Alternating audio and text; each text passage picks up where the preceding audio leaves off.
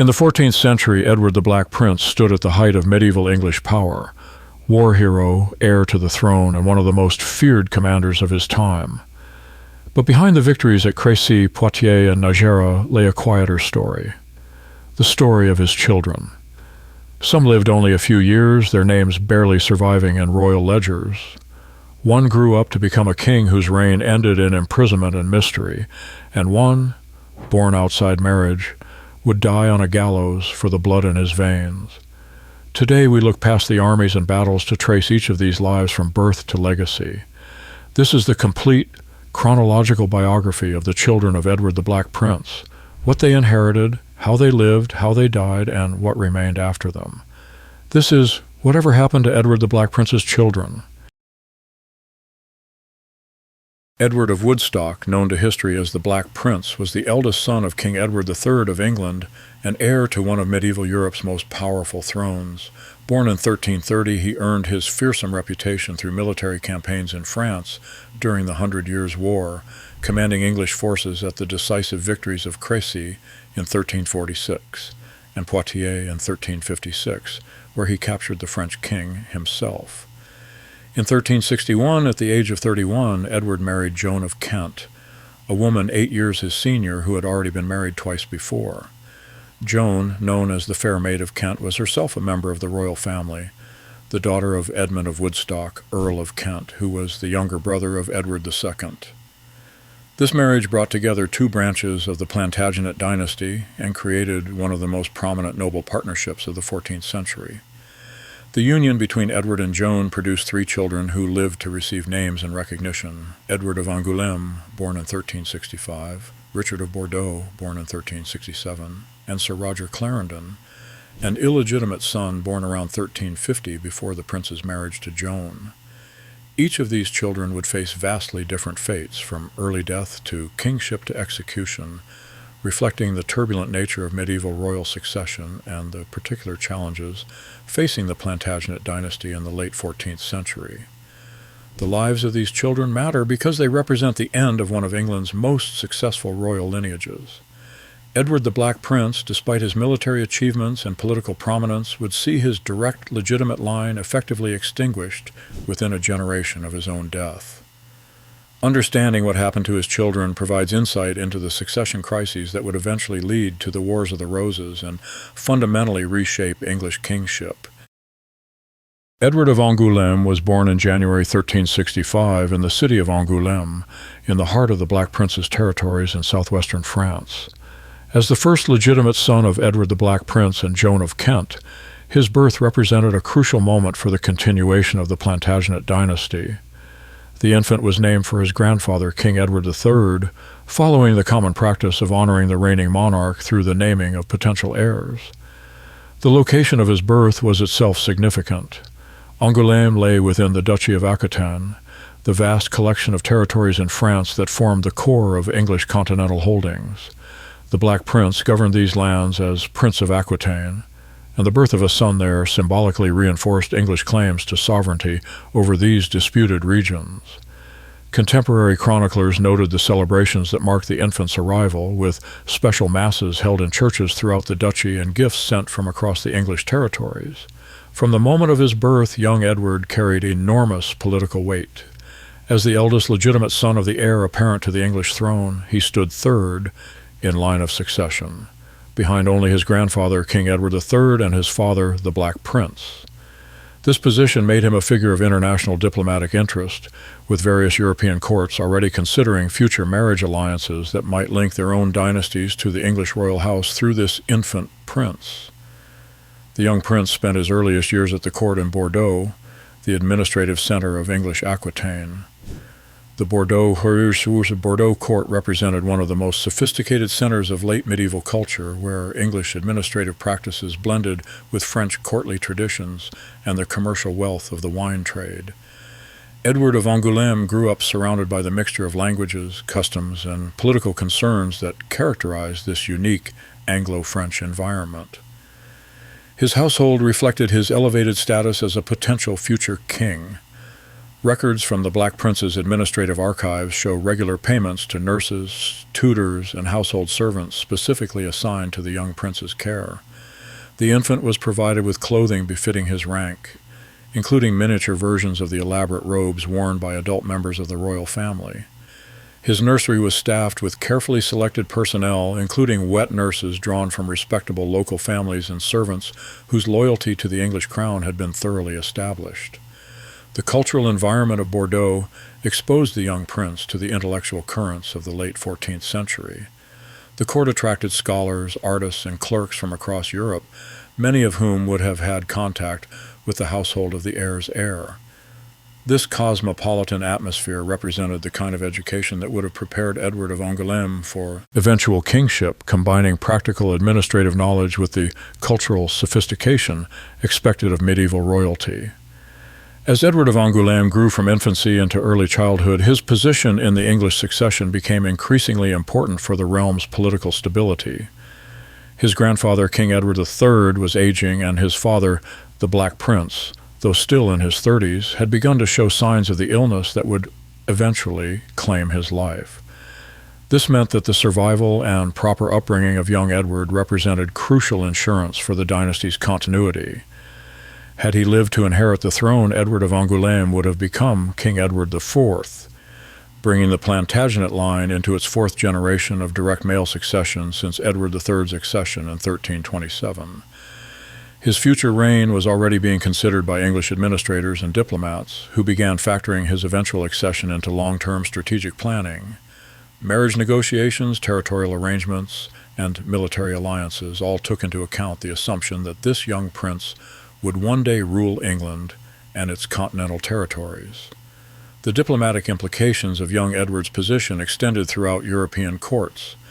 French chroniclers noted his birth with concern, recognizing that a successful continuation of the English royal line would likely mean continued English pressure on French territorial claims. Scottish observers viewed the birth as a reinforcement of English strength along their southern border. Spanish kingdoms considered how a future English king raised in Aquitaine might affect the balance of power in southwestern Europe. In 1370, when Edward of Angouleme was 5 years old, illness struck the child with sudden severity. The exact nature of his sickness remains unclear in surviving records, but contemporary accounts suggest symptoms consistent with plague, which continued to sweep through European populations in recurring waves throughout the 14th century. The pandemic known as the Black Death had devastated Europe in the late 1340s, and subsequent outbreaks regularly claimed victims across all social classes, including royal families. The young prince's illness progressed rapidly despite the best medical attention available to the highest levels of medieval society. The Black Prince summoned physicians from across his territories, and religious authorities conducted special prayers and masses for the child's recovery. However, 14th century medicine offered little effective treatment for serious infectious diseases, and the most that could be provided was comfort care and spiritual preparation. Edward of Angouleme died in Bordeaux in early 1370 after what appears to have been a brief but severe illness. His death sent shockwaves through the English administration in Aquitaine and back to England itself. The loss of the heir's heir represented both a personal tragedy for the Black Prince and Joan of Kent and a significant political crisis for the realm's future stability.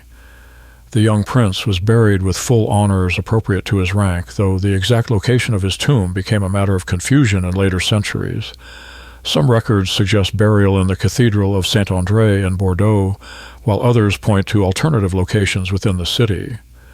This uncertainty about his final resting place reflects the broader historical obscurity that would eventually surround this brief life, as later events overshadowed the significance of his short existence. The death of Edward of Angouleme fundamentally altered the trajectory of English royal succession and had profound effects on both his family and the broader political landscape. For the Black Prince personally, the loss of his eldest son represented a devastating blow that contemporaries noted contributed to his own declining health and spirits. The prince, already suffering from the illness that would eventually claim his own life, found his hopes for dynastic continuation suddenly dependent on his younger son, Richard of Bordeaux.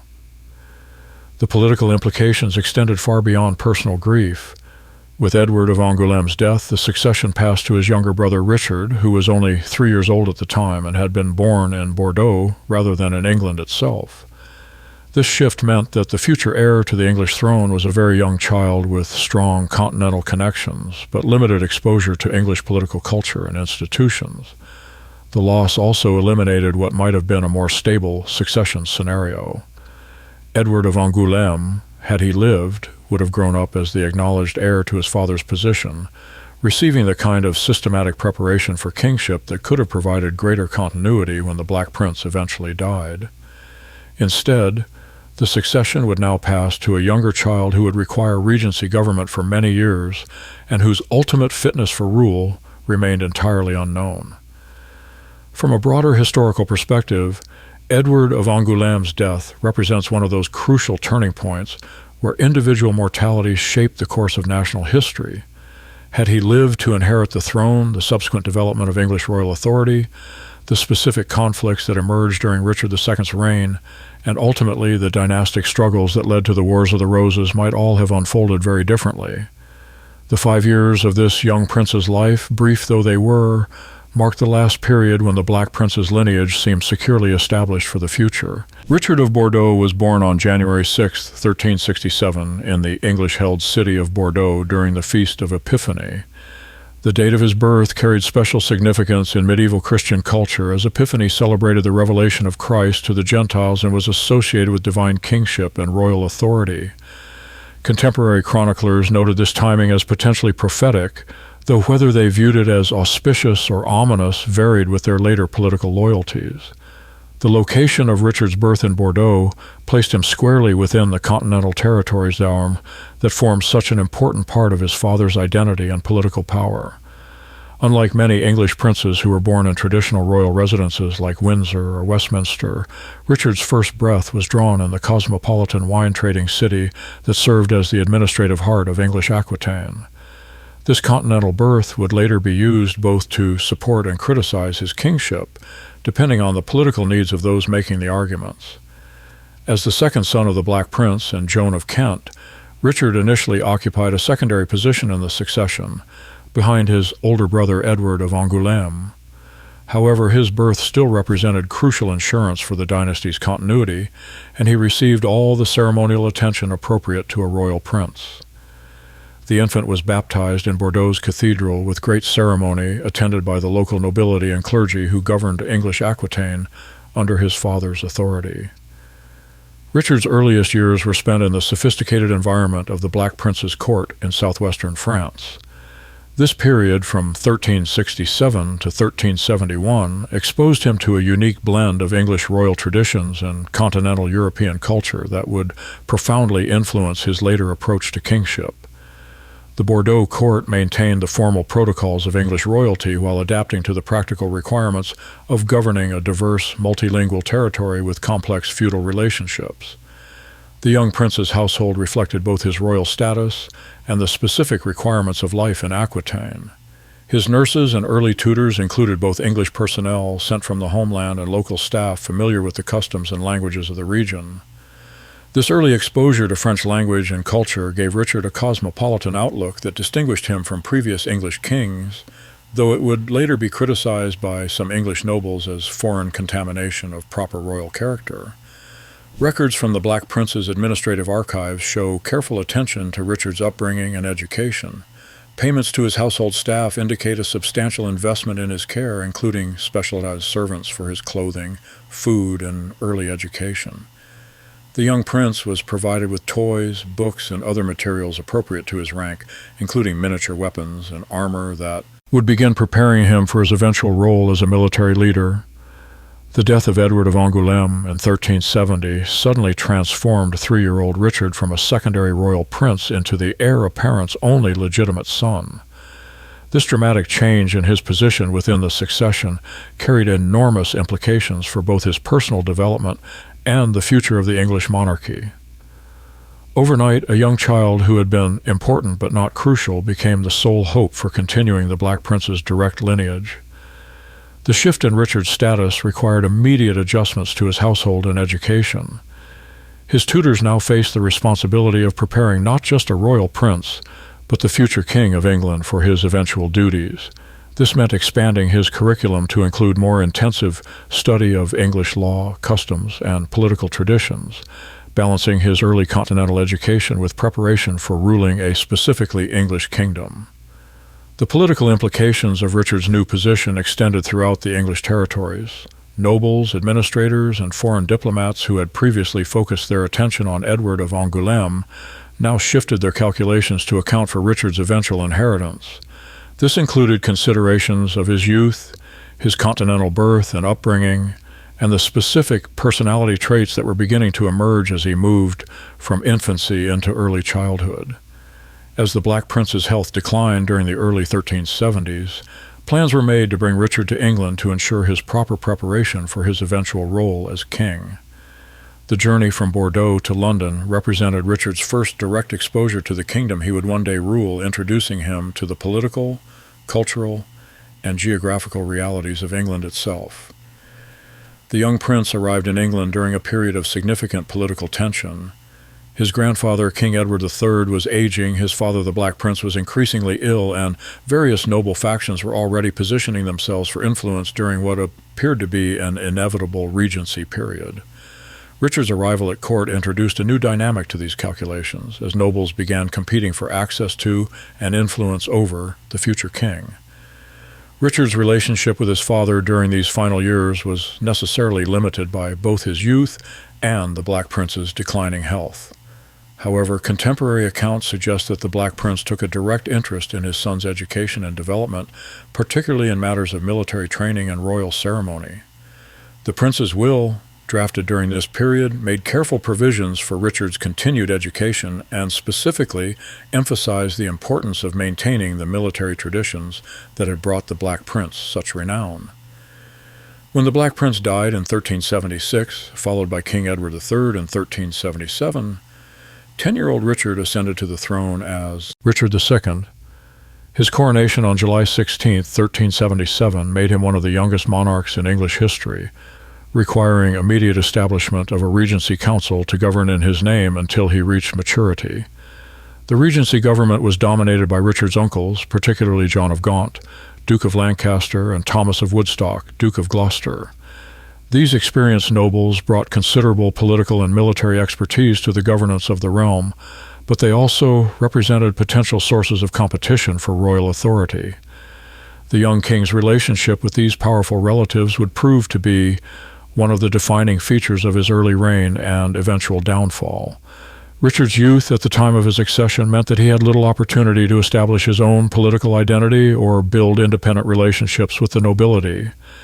Instead, he inherited both the loyalties and the enemies that his father and grandfather had accumulated during their lifetimes.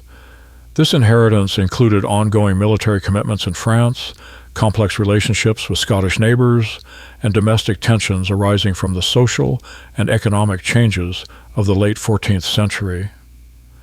During his minority, Richard received a comprehensive royal education designed to prepare him for independent rule. His tutors included some of the most learned men in England, covering subjects ranging from Latin and French literature to mathematics, law, and military strategy. However, this formal education was supplemented by practical political training as the young king observed and occasionally participated in the regency government's decision-making processes.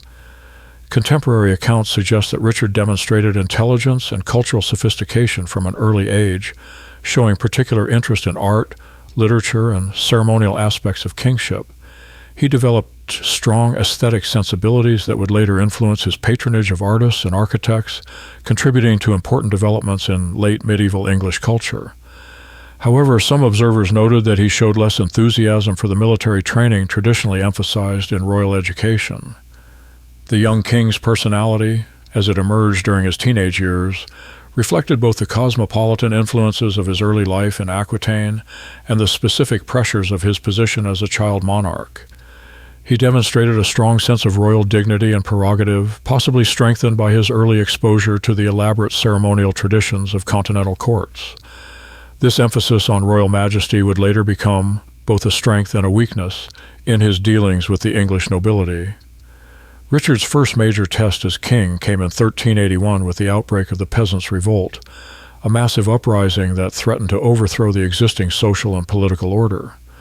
The 14-year-old king played a crucial role in resolving this crisis, demonstrating both courage, political skill that impressed contemporaries and established his credentials as a legitimate ruler in his own right. During the revolt's climactic confrontation at Smithfield, Richard personally met with the rebel leaders and successfully negotiated a temporary settlement that ended the immediate crisis. His willingness to face the rebels directly, despite his youth and the obvious physical danger, earned him respect from both nobles and commoners.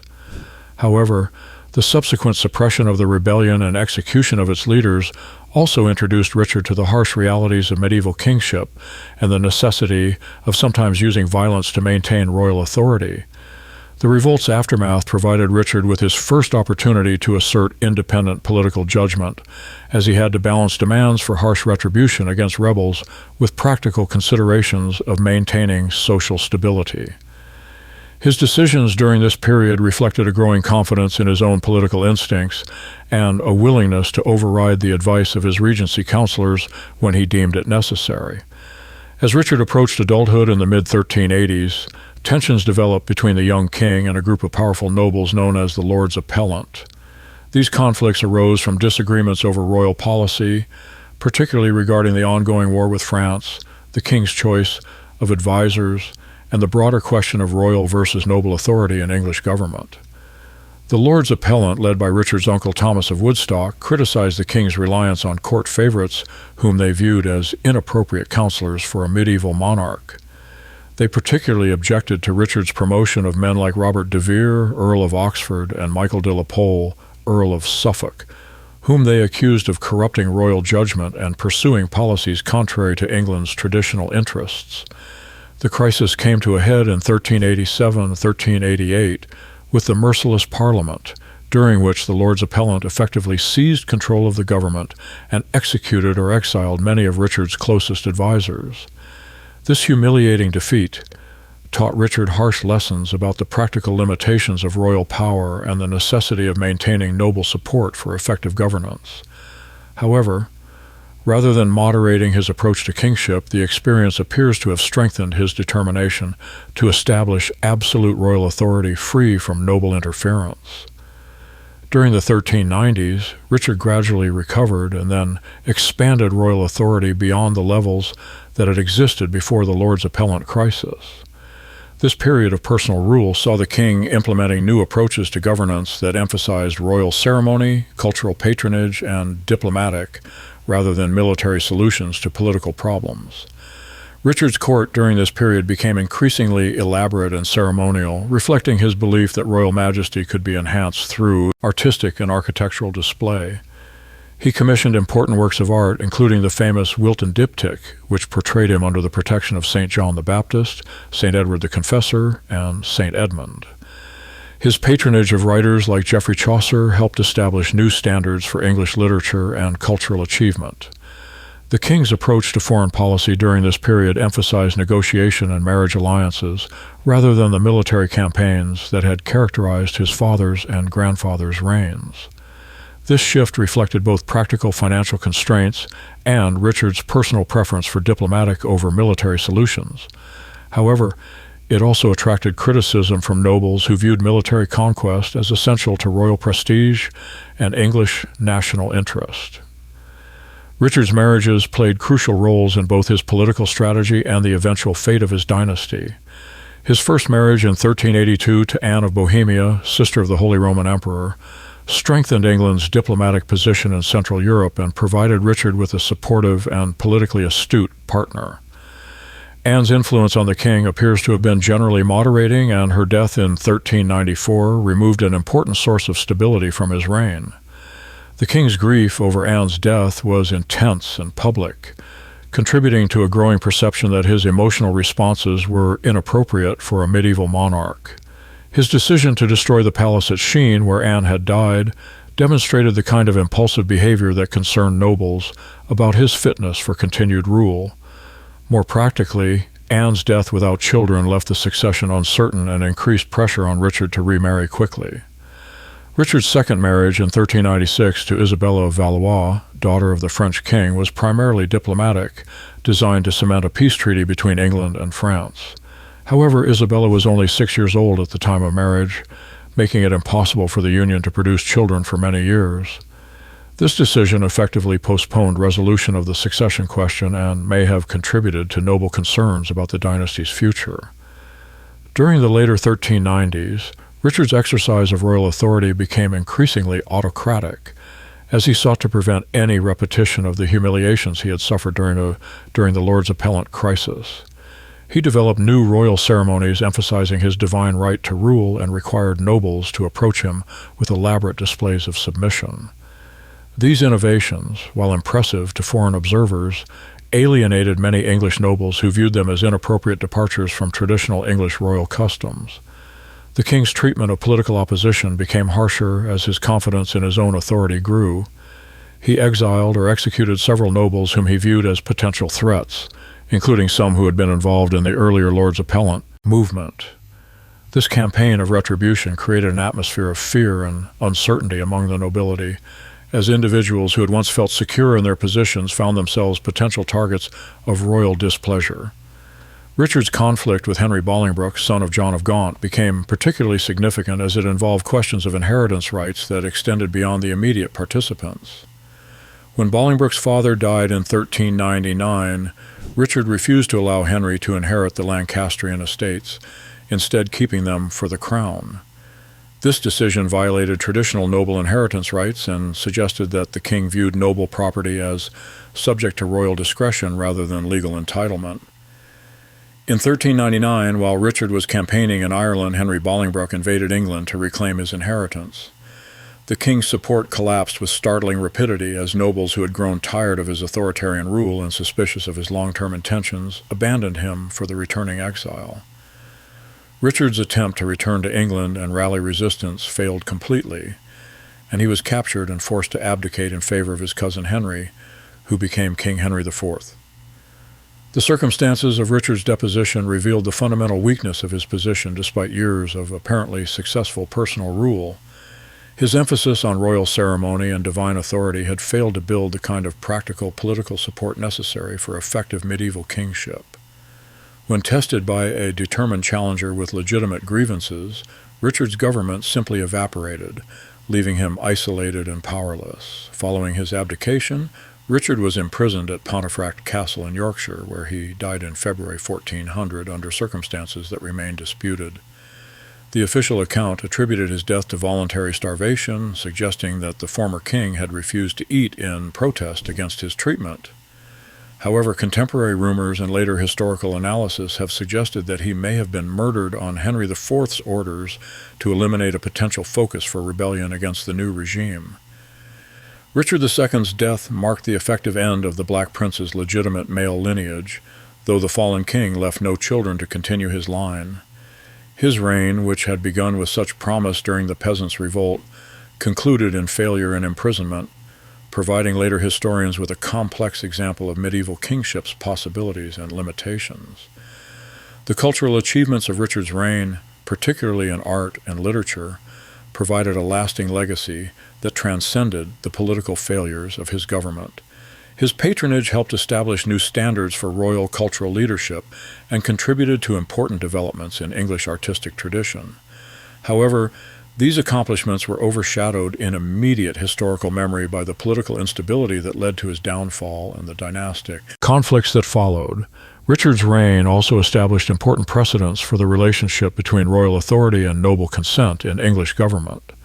His attempts to rule without consistent noble support, and the ultimate failure of those attempts, reinforced traditional expectations that English kings must maintain aristocratic cooperation to govern effectively.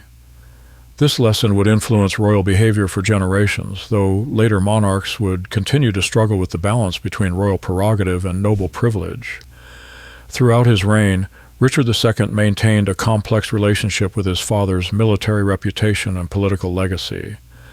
The Black Prince's will had specifically urged the continuation of aggressive military policies in France, but Richard's preference for diplomatic solutions represented a deliberate departure from paternal example. This divergence reflected both practical constraints and personal inclination, as Richard lacked both the resources and the temperament for the kind of sustained military campaigning that had brought his father such renown. The king's use of his father's reputation evolved over time, from early attempts to associate himself with the Black Prince's military achievements to later emphasis on the more ceremonial aspects of royal authority. Richard's adoption of the Black Prince's badge and other heraldic symbols represented efforts to claim inherited legitimacy, but his failure to match his father's military successes left these claims vulnerable to criticism from political opponents. The emotional distance between father and son, resulting from the Black Prince's early death and Richard's youth at the time, may have contributed to the king's difficulty in establishing a secure sense of royal identity. Unlike monarchs who had the opportunity to learn statecraft through direct observation of successful royal fathers, Richard was forced to develop his approach to kingship through formal education and limited practical experience, with results that proved ultimately inadequate for the challenges he faced. Sir Roger Clarendon was born around 1350 as the illegitimate son of Edward the Black Prince and Edith de Willisford, a woman from a respectable but not noble family. His birth preceded his father's marriage to Joan of Kent by more than a decade, placing him firmly in the category of a natural child born before the prince's legitimate union. This timing was significant because medieval law and custom treated premarital children of noble fathers differently from those born during marriage to other women, generally providing them with better social standing and greater opportunities for advancement. Roger's surname, Clarendon, derived from the royal palace of Clarendon in Wiltshire, a traditional residence of English royalty and a symbol of royal authority. The use of this name indicated both his acknowledged royal paternity and his specific status as a royal bastard entitled to recognition but not inheritance. This naming practice followed established conventions for illegitimate children of the royal family, providing them with identity markers that proclaimed their elevated but legally limited status. The circumstances of Roger's birth reflect the realities of medieval aristocratic life, where sexual relationships outside marriage were common and generally tolerated as long as they did not interfere with legitimate dynastic plans. Edward the Black Prince's acknowledgement of Roger as his son represented a typical approach to illegitimate children by medieval nobles who often provided support and opportunities for their natural children while maintaining clear distinctions between them and their legitimate heirs. Roger Clarendon's upbringing appears to have followed patterns typical for acknowledged royal bastards in the 14th century. While he was not raised within the principal royal household alongside legitimate princes, he received an education and social preparation appropriate to his status as the natural son of one of England's most powerful nobles. This upbringing would have included training in arms, basic literacy, and the social skills necessary for a career in royal service or military leadership. The specific details of Roger's childhood remain largely unrecorded in surviving documents, reflecting the general tendency of medieval chroniclers to focus on legitimate royal children while giving less attention to natural sons and daughters. However, administrative records show that the Black Prince made regular financial provisions for Roger's support, indicating ongoing paternal responsibility and suggesting that the young man maintained some form of regular contact with his father's household. Roger's education likely emphasized military training and practical skills rather than the academic preparation provided to legitimate princes. This focus reflected the expected career path for royal bastards, who typically served their royal fathers and legitimate half-brothers in military or administrative capacities. The goal was to produce loyal and capable servants for the royal family while providing honorable occupations for men whose birth barred them from independent political power. As an acknowledged royal bastard, Roger Clarendon occupied a unique and sometimes precarious position within late medieval English society.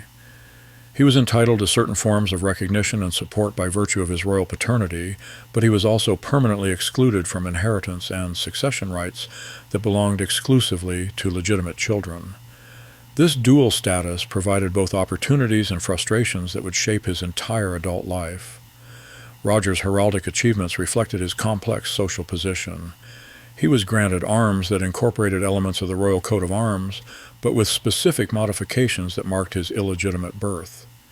These heraldic markers allowed him to display his royal connections while making clear to all observers that he was not in line for inheritance or succession. Such visual symbols were crucial in a society where social status was immediately apparent through clothing, weapons, and ceremonial objects. The social recognition that Roger received extended beyond mere acknowledgement of his paternity to include practical support for his advancement within acceptable limits. The Black Prince provided him with financial support in the form of regular annuities, and there are indications that efforts were made to secure him a position within the royal household or military service. However, these opportunities came with the understanding that Roger would serve his legitimate half-brothers and never attempt to use his royal blood to challenge established succession arrangements. Roger's career as a knight reflected both the opportunities available to royal bastards and the limitations imposed by their status. He was granted knighthood, probably in his early 20s, allowing him to participate in the military culture that was central to aristocratic life in the 14th century. This achievement represented significant social advancement for someone born outside marriage, even with royal paternity. As Sir Roger Clarendon, he would have been expected to serve in military campaigns and to maintain the martial standards associated with knighthood. The specific details of his military service are not well documented, but his later reputation for violence and his eventual execution suggest that he was an active participant in the warrior culture of his time. However, his opportunities for military advancement were necessarily limited by his birth status, as major commands and important territories were reserved for legitimate members of the royal family and other high nobles. Roger's position as a royal bastard also meant that his military service carried special risks and responsibilities. He was expected to demonstrate particular loyalty to the crown as proof that his royal blood made him a reliable supporter rather than a potential rival to legitimate authority. This expectation of exceptional loyalty would later become a source of danger when political circumstances changed and his royal blood transformed from an asset into a liability. Sir Roger's marriage to Margaret Fleming represented an attempt to establish a more secure social position and possibly to found a landed family that could provide long-term security for his descendants. Margaret Fleming came from a respectable noble family, and her willingness to marry an illegitimate son of the Black Prince suggests that Roger's royal connections provided him with significant social value despite his birth status. The marriage appears to have been part of a broader strategy by Roger to establish himself as a permanent member of the noble community rather than merely a temporary beneficiary of royal favor. Through marriage to a legitimate noble heiress, royal bastards could sometimes gain access to lands and resources that their birth status alone could not provide. This approach offered a path toward establishing a cadet branch of the royal family that might achieve long-term stability and social acceptance. However, Margaret Fleming's death, apparently without surviving children, eliminated Roger's hopes for establishing a lasting legitimate lineage. This loss left him in an increasingly vulnerable position, as his social status became entirely dependent on royal favor rather than independent resources. The death of his wife may also have contributed to the behavioral problems that would later bring him into conflict with royal authority. During the reign of his half-brother Richard II, Sir Roger Clarendon's position became increasingly precarious as his behavior brought him into conflict with royal authority. He was involved in a fatal duel with another man, an incident that resulted in his imprisonment at Wallingford Castle. This imprisonment reflected the growing concern of royal authorities about Roger's potential for violence and his reliability as a supporter of the regime. The duel that led to Roger's imprisonment appears to have been characteristic of his approach to conflict resolution, suggesting a man whose royal blood had given him a sense of entitlement, but whose illegitimate status had left him without the political skills necessary for navigating complex social situations. Medieval dueling was not uncommon among knights, but Roger's case attracted special attention because of his relationship to the royal family and the particular sensitivities of Richard II's reign. Roger's time in prison at Wallingford Castle provided him with opportunity to contemplate his situation and possibly to develop grievances against the royal family that had elevated him only to abandon him when his behavior became inconvenient. The experience of imprisonment would have been particularly bitter for someone who had grown up expecting special treatment because of his royal paternity, and it may have contributed to his eventual willingness to involve himself in political opposition to the crown. The deposition of Richard II in 1399 and the accession of Henry IV created an entirely new set of dangers for Sir Roger Clarendon. As a member of the deposed king's family, Roger represented a potential focus for opposition to the new Lancastrian regime. Henry IV's insecurity about his own legitimacy made him particularly sensitive to potential rival claimants, and Roger's royal blood, however illegitimate, marked him as a possible threat to the new dynasty's stability. The rumors surrounding Richard II's death in captivity created additional suspicions about Roger's loyalties and intentions. If the former king had been murdered, as many suspected, then his surviving relatives might be expected to seek revenge against the usurping Lancastrian dynasty.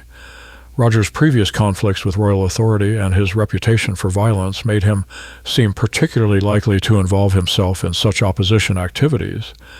Henry IV's approach to potential threats was characterized by preemptive action rather than reactive responses, and Roger's combination of royal blood, violent reputation, and questionable loyalty made him an obvious target for elimination. The new king appears to have decided that Roger represented too great a risk to be allowed to remain at liberty, regardless of whether he had actually committed any treasonous acts. In 1402, Sir Roger Clarendon was arrested on charges that remain unclear in surviving records, but appear to have related to suspected treason or rebellion against Henry IV's government. The specific accusations against him may have included involvement in plots to restore Richard II or to support other claimants to the throne who might challenge Lancastrian legitimacy. Roger's trial, if it can be called that, followed the summary procedures typical of treason cases during this period of political instability. The evidence against him may have been largely circumstantial, based on his royal blood, his previous conflicts with authority, and general suspicions about his loyalty rather than proof of specific treasonous acts. However, Henry IV's government appears to have concluded that Roger's continued existence posed an unacceptable risk to royal security. The execution took place at Tyburn, the traditional site for public executions in London, where Roger was hanged as a common criminal rather than receiving the beheading that would have been more appropriate to his royal blood and knightly status. This choice of execution method represented a deliberate humiliation, designed to strip away any remaining prestige associated with his royal paternity and to send a clear message about the fate awaiting those who challenged the new dynasty. Sir Roger Clarendon's execution marked the violent end of the last surviving male representative of the Black Prince's bloodline, though Roger's illegitimate status meant that this ending had limited legal significance for royal succession. His death was later cited in grievances presented during the Earl of Scrope's rebellion, suggesting that his execution was viewed by some contemporaries as an unjust persecution of the rightful royal family. The circumstances of Roger's life and death provided later political propagandists with material for criticizing the Lancastrian regime's legitimacy and methods. His transformation from acknowledged royal son to executed traitor illustrated the broader political upheavals of the early 15th century and the particular vulnerabilities faced by those whose status depended entirely on royal favor rather than independent legal rights. Roger's fate also demonstrated the particular dangers faced by royal bastards during periods of dynastic change, when their royal blood could become a liability rather than an asset. His execution established a precedent for the elimination of potential rival claimants that would influence English royal policy for generations, contributing to the political culture of suspicion and preemptive violence that characterized the Wars of the Roses. Sir Roger Clarendon's relationship with his father, the Black Prince, appears to have been characterized by acknowledgement and limited support rather than close personal affection or political partnership. The prince's will included a bequest to Roger of a silk bed, indicating continued recognition and some degree of paternal care, but the modest nature of this gift reflected the fundamental limitations of their relationship. The Black Prince's approach to his illegitimate son followed established patterns for royal bastards, providing acknowledgement, education, and limited financial support while maintaining clear boundaries about Roger's role and expectations. This relationship offered Roger opportunities for advancement within acceptable limits, but also established expectations of loyalty and service that would later prove problematic when political circumstances changed. The distance between father and son, both emotional and political, may have contributed to Roger's later difficulties in understanding his proper role within royal politics. Without close paternal guidance or the kind of political education provided to legitimate princes, Roger appears to have developed unrealistic expectations about his position and inadequate skills for navigating the complex political challenges that would eventually destroy him. Historical records from the 14th and 15th centuries occasionally reference other alleged children of Edward the Black Prince, though these claims generally lack sufficient documentary evidence for historical verification. One such figure, mentioned in some later sources as Sir John Saunders, has been suggested as another illegitimate son of the prince, but contemporary records provide no clear support for this identification. Similarly, some genealogical traditions have claimed the existence of additional illegitimate children named Edward and John, supposedly born to various women during the Black Prince's military campaigns or periods of residence in different territories. However, these claims typically derive from much later sources and often appear to be based on misunderstandings of contemporary documents or deliberate fabrications designed to create prestigious ancestries for particular families. The absence of reliable contemporary evidence for these alleged children is significant because the Black Prince's activities were generally well documented by the standards of medieval record-keeping. His household accounts, correspondence, and the chronicles of his contemporaries provide detailed information about his legitimate children and his acknowledged bastard son, Roger Clarendon, making it unlikely that other children of similar status would have gone entirely unrecorded. For the purposes of this examination, we have therefore focused on the three children whose existence is clearly established by contemporary documentation: Edward of Angouleme, Richard of Bordeaux, and Sir Roger Clarendon. These three represent the complete known progeny of one of medieval England's greatest military heroes, and their varied fates tell the complete story of how the Black Prince's direct lineage came to its end. The children of Edward the Black Prince experienced fates that could hardly have been more different from one another, yet together they tell a coherent story about the fragility of medieval dynasties and the unpredictable nature of royal succession. Edward of Angouleme, the expected heir who died in childhood, represented hopes and plans that simply vanished with his premature death. Richard of Bordeaux achieved the throne his birth seemed to promise, yet lost both crown and life through political miscalculation and the practical limitations of medieval royal authority. Sir Roger Clarendon gained recognition for his royal blood only to die on the gallows when that same blood became a political liability. These three lives, spanning the years from 1350 to 1402, encompassed one of the most turbulent periods in English political history. The Black Prince himself died in 1376, just as the long reign of Edward III was ending and the challenges of the late 14th century were beginning to emerge. His children inherited not only royal blood, but also the specific political and social tensions that would reshape English monarchy over the following decades. The effective end of the Black Prince's lineage had profound implications for English royal succession and the broader political development of the kingdom. Richard II's childless death eliminated the direct male line descended from one of England's most successful military leaders, contributing to the succession disputes that would eventually erupt into the Wars of the Roses. The absence of a clear Plantagenet heir forced English politics to accommodate the Lancastrian usurpation and ultimately the complex dynastic competition between Lancaster and York. Perhaps most remarkably, none of the Black Prince's children succeeded in establishing lasting lineages that could carry his blood and achievements forward to future generations. Edward of Angouleme died too young to marry or reproduce. Richard II's marriages produced no children who survived to inherit his royal status. Roger Clarendon's marriage to Margaret Fleming appears to have ended without surviving offspring, and his execution eliminated any possibility of future descendants. In the span of 2 generations, the direct line of one of medieval England's greatest warriors simply disappeared, leaving only the historical memory of their varied and ultimately unsuccessful attempts to build upon their inherited royal status. The paradox of the Black Prince's legacy, military triumph combined with dynastic failure, reflects broader themes in medieval history about the relationship between individual achievement and long-term political stability. Despite his personal successes and his enormous reputation among contemporaries, Edward failed to establish the kind of lasting royal lineage that could preserve his political achievements for future generations.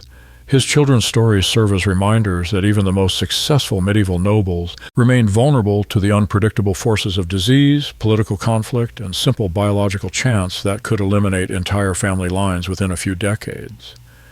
This is what happened to the children of Edward the Black Prince.